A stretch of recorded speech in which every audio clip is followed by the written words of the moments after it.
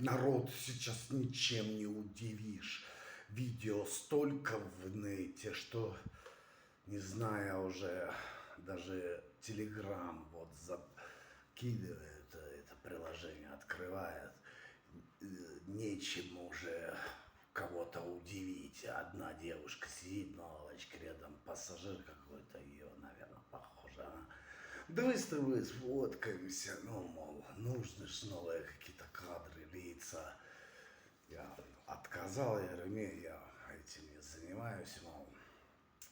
А вот как люди ведут контент, так они же постоянно какие-то якобы интервью там с тем, с тем, с тем, с тем.